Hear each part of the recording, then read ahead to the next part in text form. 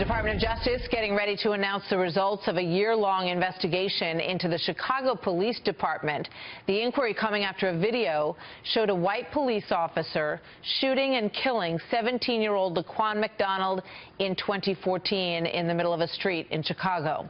The video's release led to dozens of protests and ultimately to the removal of the city's police superintendent. Mike Tobin live from Chicago with more on this. So, Mike, what do we expect from this report today?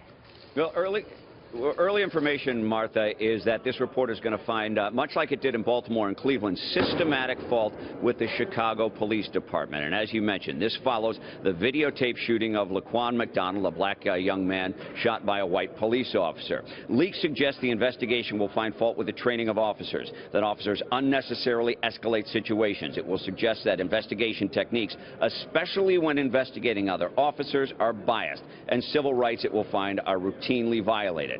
Now, following the pressure brought by demonstrators, there has been a flurry of federal probes, which are closing now at the end of the Obama administration. The police superintendent, fired in the wake of the demonstration, says this is an example of the Justice Department blowing with political winds and targeting police.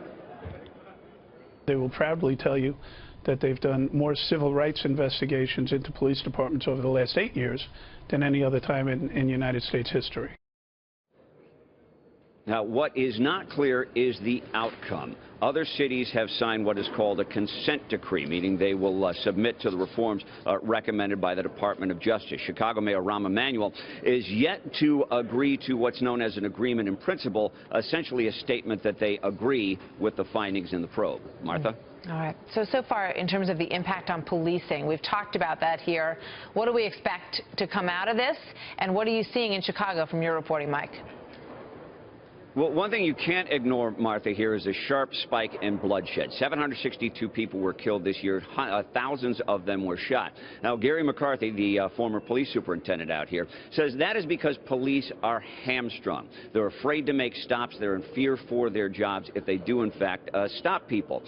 He says this notion that the stops need to reflect the overall demographics of the city flies in the face of common sense. In fact, it flies in the face of Supreme Court rulings that put the burden back on the police officers' training and judgment. He says if most of the violence is occurring in the minority neighborhoods, it stands to reason that the police trying to prevent that violence will stop mostly minorities. Martha?